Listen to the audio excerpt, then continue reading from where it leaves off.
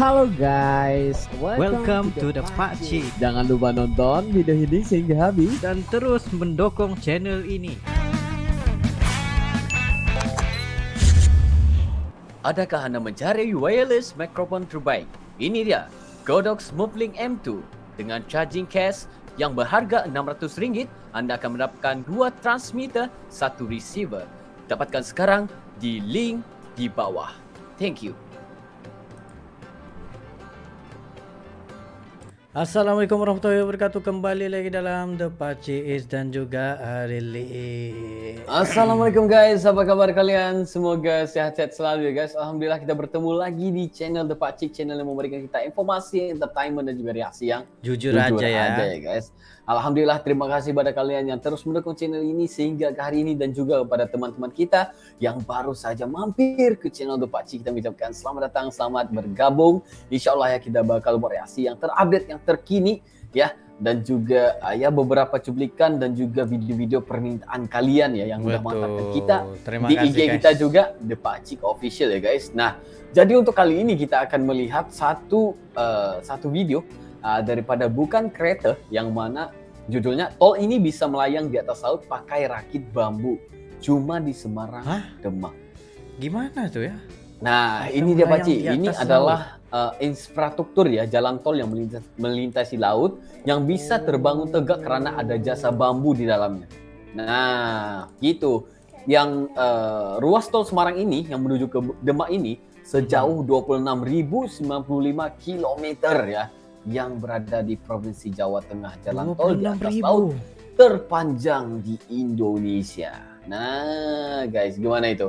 Jadi guys, nggak perlu basa-basi, gimana aja ya tol ini bisa melayang di atas laut. Pasti kalian juga penasaran seperti Pakcik kita. Yes. Ya, sebenarnya aku juga penasaran ya. Siapa nggak penasaran begini guys? Gimana itu rakit bambu ya guys? Pakai rakit bambu ya. Wow, luar biasa ini guys. Jadi nggak perlu basa-basi, kita akan lihat dalam 3, 2, 1, go. Oh, masih dalam pembikinannya Rasanya ya. Semarang. Nah, bambu ini, beneran bambu ya guys. Kreativitas ya. Hai busy lovers. Pernahkah kalian bayangin infrastruktur jalan tol melintasi laut bisa terbangun tegak karena ada jasa bambu di dalamnya? Itulah yang terjadi pada ruas jalan tol Semarang menuju Demak sejauh 26,95 km yang berada di Provinsi Jawa Tengah. Ya, guys. Wow. Tapi kan kalau mengikut construction yang sebenarnya lah kan, bambu nih sebenarnya apa? Material yang paling fleksibel dan juga paling padat. Maksud padat di sini dia lantunannya bagus. Bisa di air dan juga di darat. Ya? Untuk infrastruktur, untuk pengukuhan suatu tempat. Ya. Betul. Benar. Jadi ini suatu yang sangat bijak dan pintar untuk dibuat ya, untuk direalisasikan ya guys. Cuma satu masalah kepada bambu ini yaitu kuantitinya. Bukan mudah untuk kita dapatkan kuantiti yang besar, kuantiti yang gede itu. Ya. Itu yang menjadi masalah. Juga. Tapi bagi aku kalau di Indonesia itu dia banyak sumber alam Pakcik. Jadi nggak mustahil. Karena bambu itu juga ditanam dan juga pasti ada cara mereka untuk menaikkan ekonomi bambu itu sendiri di sana. Diambil dan juga ditanam kembali. Iya, benar-benar. Oke, lanjut kita lihat nih. Luar biasa guys.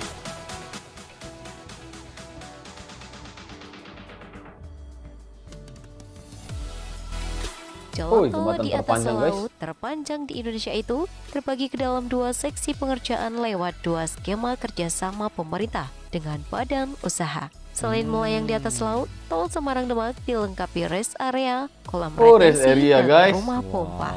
Jalan tol ini berfungsi sebagai tanggul laut buat mencegah banjir saat pasang laut yang menuju ke daratan kota Semarang. Disinilah bambu berperan ketika menjadi pahlawan bagi berdirinya struktur tanggul dan konstruksi jalan tol sekaligus. Dapatkan bambu yang lurus itu juga susah namun itu, inovatif dihadirkan ketika batang-batang bambu dibentuk seperti matras atau dihamparkan dan ada pula yang ditancapkan. Tindakan tadi dilakukan sebelum terbangun jalan tol, terutama pada seksi 1 Semarang Sayung, sekaligus sebagai tanggul laut. Konstruksi terintegrasi antara jalan tol dan tanggul laut merupakan yang pertama diaplikasikan di tanah air. Bagaimana cara kerjanya? Hingga bisa dipakai di Jadi proyek pasang tol surut laut ruas air itu Semarang dia Sayung. bisa menampung ya? Gitu ya? Maksudnya dia akan Sebanyak 7 naikkan, batang nah. bambu diikat menjadi satu, kemudian ditancapkan. Bukan satu Jarak yang setiap gampang bambu nih, yang guys. diikat itu sekitar 1 meter dan melebar hingga 150 meter. Ada lagi batang-batang bambu yang disusun dan diikat, kemudian dipasang dengan cara dihamparkan di atas ikatan bambu yang ditancapkan atau dicerucuk tadi. Tiap ruas ikatan persegi panjang yang membentuk rakit bambu itu terdiri dari 4 batang bambu. Hamparan bambu yang diikat ini sepintas mirip bentuk rakit bambu. Jarak setiap satu rakit dengan rakit lainnya sekitar 40 cm. Lebarnya mengikuti cerucuk yang telah dibentuk, Wah, yaitu biasa. 150 meter. Kerjaan belum Berapa selesai juta ini? karena hamparan harus Bambu yang terdiri digunakan, dari guys? 17 Banyak, lapis guys. rakit bambu. Setiap satu lapis rakit bambu selesai, dihamparkan selebar 150 meter. Maka diberi lapisan pasir laut setebal 20 cm Bisa di bikin atasnya. pulau nih, Lalu diakhiri bambunya. Sebenarnya Sebenarnya guys, ini sebenarnya sesuatu yang bagus sih. yes, sebabnya ini merupakan cara tradisional lah kan penggunaan bambu ini. Kita tahu yang rakit bambu itu bisa terapung kan. Jadi untuk mengurangkan segala force yang ada pada jalan itu sendiri, itu yang mereka menggunakan metode bambu ini. Wah, pintar sekali ya.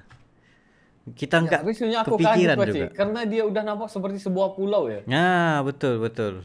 Bisa bikin pulau juga ya. Gila guys. Waduh. Seperti pulau bambu guys. kembali dengan rakit bambu dan ditutup kembali oleh lapisan keras pasir laut. Begitu berulang-ulang hingga total 17 lapis.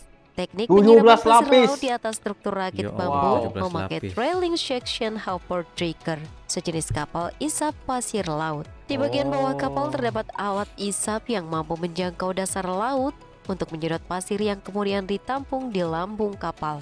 Lewat alat khusus, pasir di lambung kapal disemprotkan keluar menuju hamparan rakit yang membentuk permukaan seluas 150 meter. Konstruksi hamparan bambu itu panjangnya mencapai 6.000 meter alias 6 km. Agar tetap pada posisinya, konstruksi unik yang baru pertama diterapkan pada pembangunan jalan tol di Indonesia tersebut akan diberi penahan tiang pancang, penahan saat melintasi alur sungai Sayung. Ini berfungsi untuk menahan supaya konstruksi bambu tidak longsor ke sungai. Untuk menciptakan megastruktur seperti itu, hanya diperlukan batang-batang bambu sepanjang 10 meter dengan diameter minimal 10 cm atau kira-kira sudah berumur 3 tahun. Untuk menciptakan megastruktur seperti itu, tak perlu jenis tertentu, karena semua jenis tanaman bambu bisa dilibatkan. Dan jangan lupa, butuh sedikitnya 10 juta batang bambu untuk menciptakan daratan baru untuk jalan tol sekaligus tanggul laut. Ini jauh lebih Juta. hemat ya dibandingkan harus menguruknya. Selain butuh ratusan juta kubik tanah dan jutaan kali truk Iya, betul juga. ulang-alik mengangkutnya serta rawan amblas, tentu saja dari segi biaya bisa lebih ditekan.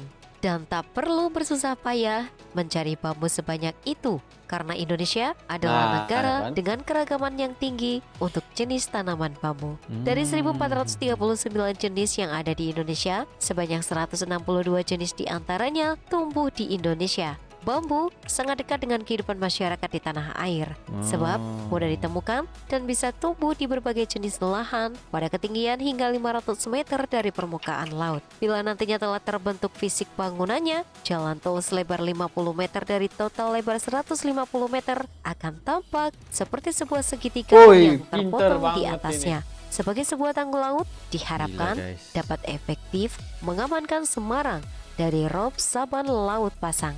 Ini juga akan membuat lahan di selatan jalan tol bisa kembali produktif.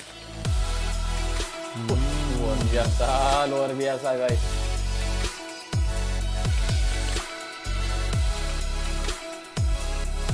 Wah, ini maksudnya di sini kan, kalau kita tengok betul-betul, sebenarnya dia cost efektif. Maksudnya kepenggunaan segala budget Jatuh, itu dapat turun lagi, dikurangkan habis. Ya benar. Wow. Kita pengen lihat juga komen-komentar ya.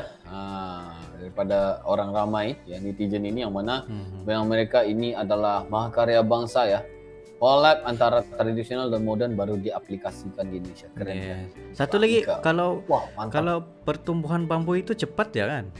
Iya, bambu ini cepat guys, cepat untuk ditumbuhkan karena seperti katanya tadi ya, di mana-mana aja kalau kita simpan bambu ini dia mudah untuk tumbuh. Dan juga iya sudah aku bilang tadi, Indonesia ini kaya dengan alam dan sumbernya ya.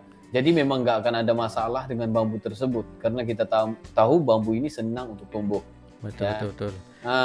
Berbanding menggunakan cara modern yang perlu menggunakan batu, perlu menggunakan pasir, lepas itu perlu menggunakan piping itu harus ada piping besi. Jadi costingnya lebih tinggi guys. Sebabnya dia akan merosakkan segala perjalanannya di sana karena lori guys. Lori keluar masuk itu ya ampun, nggak ada maaf. Ya benar. Dan ini juga sebenarnya satu berita yang baik untuk buat petani bambu ya. Pasti ada buat petani bambu karena kolaborasi teknologi tradisional ini pasti membuatkan ekonomi mereka semakin membaik lah ya. Ini memang satu karya ya, bagi aku ini karya ya. Dengan bahan yang inovasi. Ya, karena dengan bahan yang sederhana ini dia dapat tetap dapat sangat berguna ya untuk buat teknologi dan juga kemajuan Indonesia itu sendiri. Nah, menggunakan sumber dalaman sendiri itu lebih gampang daripada kita ambil ataupun import daripada luar ya. Itu yang paling penting guys. Itu bisa hemat buat negara juga. Yes.